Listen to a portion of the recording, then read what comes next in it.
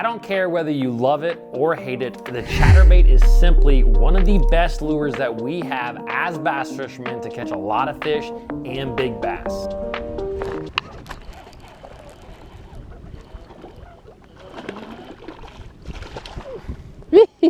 We got us one. Tell you what, it is cold out. That fish feels so good to catch.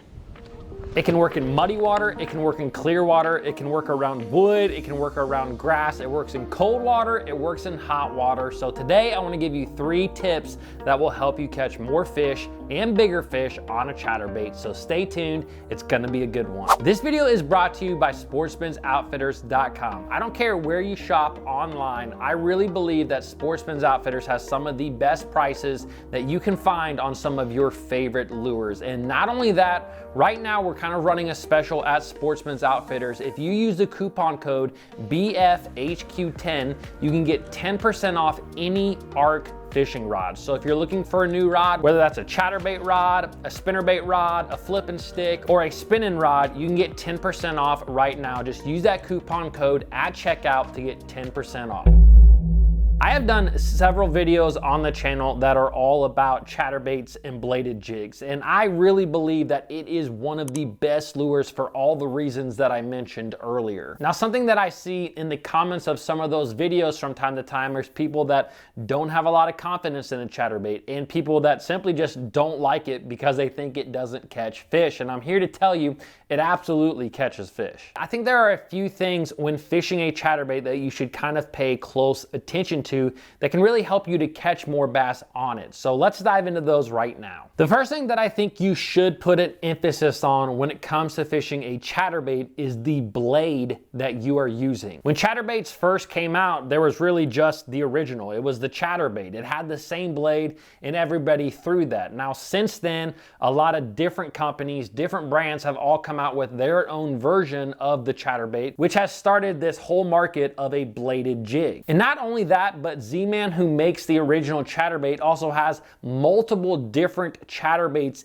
in their line now, and a lot of those come with a different blade on them. But the big point that I want to make with those blades is that each blade that you pick up is going to put out a different vibration. It's going to put out a different thump. It's going to displace water a little bit differently. It has a different noise to the bass. I think that vibration and noise is a huge component that we as bass fishermen should always pay attention to. So I quickly just want to run through the 3 blades that I use the most and when I like to use them. Now, the first chatterbait, the one that is my go-to, the one that I pick up the most, is the jackhammer. My first experience with the jackhammer was actually when I wasn't fishing it. I was fishing a tournament with one of my buddies. I was throwing the original chatterbait and he was throwing the jackhammer. And at the time, I'm like, dude, there's probably not a big difference in between these 2 baits. Well, that day out on that body of water, I learned that there was a huge difference because the friend that I was fishing with simply outfished me. Not only did he outfish me on the number of bass that he caught, but the way that the bass were getting that bait, they had it deeper than the bass that I had caught on the original. Now, with that being said, I do think that because so many other people are now throwing the jackhammer, I do believe there are times when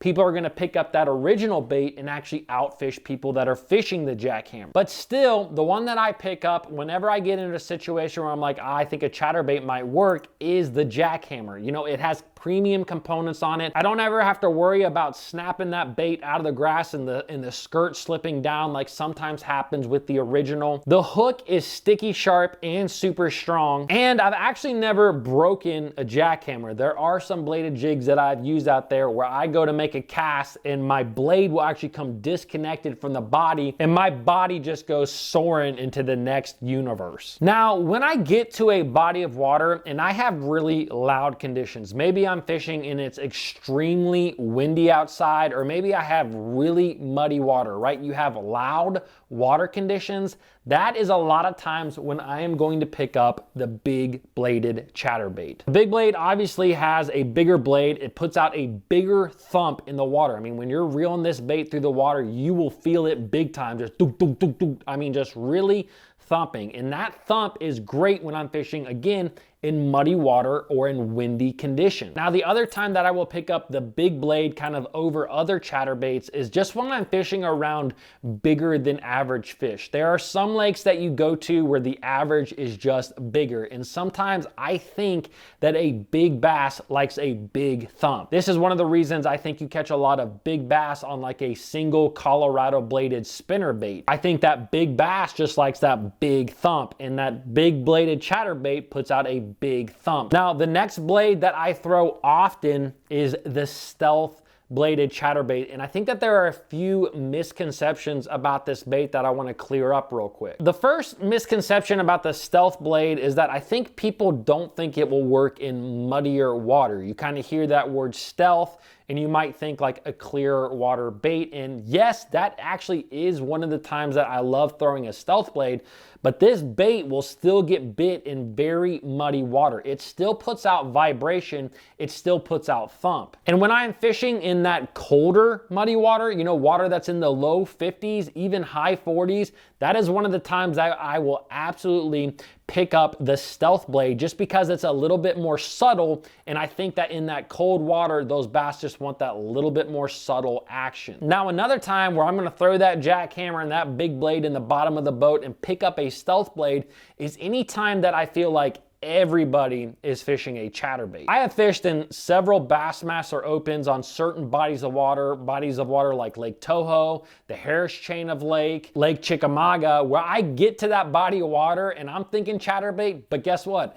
Everybody else is thinking chatterbait as well. So what tends to happen is that everybody is throwing kind of that same jackhammer or maybe that original bait, and the bass will really get kind of used to the vibration that that bait puts out. So anytime that you are fishing highly pressured bodies of water where everybody is throwing chatterbaits, I'm gonna pick up that stealth blade again because it's a little bit more subtle, and it's just something that is different that I think can allow me to catch a lot more fish. Now, those three chatterbaits are the ones that I pick up most of the time. There's a lot of great bladed jigs out on the market. This is the newer Minimax chatterbait. I am really excited about using this particular bait because it's a very small profile, but it has really quality components on it. So if you are a pond fisherman, I can see the Minimax being great, or if you fish around really highly pressured bodies of water where sometimes you have to downsize, again, that might be a place where I throw the Minimax. Now, with all that talk about blades, I just want you guys to know that there are times that you're gonna go out fishing and it does not matter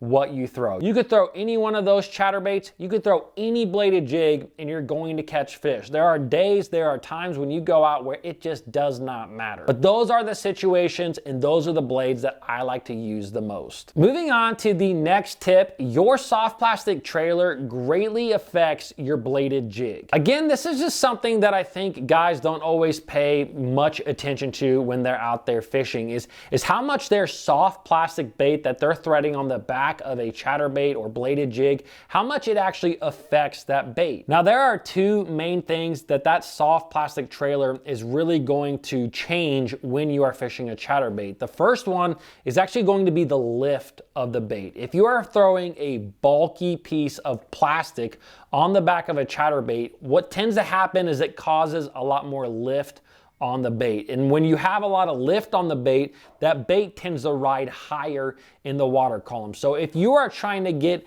a bladed jig down deeper, it's not always best to use a really big soft plastic on the back of that chatterbait because it just makes it more difficult for you to keep that bait down. Another thing that soft plastic will do, it will kind of deaden the noise of your chatterbait. If you have ever taken a chatterbait and taken all the soft plastic out and just throw it just straight chatterbait out there, that sucker really vibrates. Now, the more plastic that you put on the back of that bait, especially if you're putting plastics that have a lot of appendages or boot tails on them, that's gonna kind of deaden your chatterbait. It's not gonna allow it to vibrate quite as harsh under the water. Now, when I say that, it kind of sounds like a bad thing, but this is not always a bad thing. Kind of like what we talked about earlier. Sometimes if I'm fishing colder water, I don't want a ton of vibration. So sometimes adding soft plastic can kind of deaden that noise where then I think I'm getting more bites. Now, in the summertime, when you have hot water and the fish's metabolism is super high,